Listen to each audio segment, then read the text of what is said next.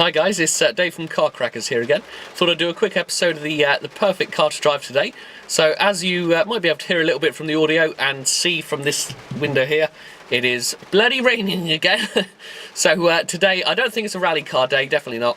It's more of a, as I always say in the rain, a day to be cocooned away in a nice, sort of comfortable, luxurious car. So I think you want a car that you can sort of turn to your other half and say, "Isn't it lovely driving this nice, warm, luxurious car out of the rain, dear?" Rain? I hadn't even noticed it was raining due to our luxuriously lovely, warm car. True, true. Sorry guys, sorry about that. Got a bit daydreamy there. So in my opinion, I would say the perfect car to drive today is the Rolls-Royce Wraith. Excellent. Cheers guys, thank you very much for watching. Hope you enjoy the video. Please subscribe for more. Thank you.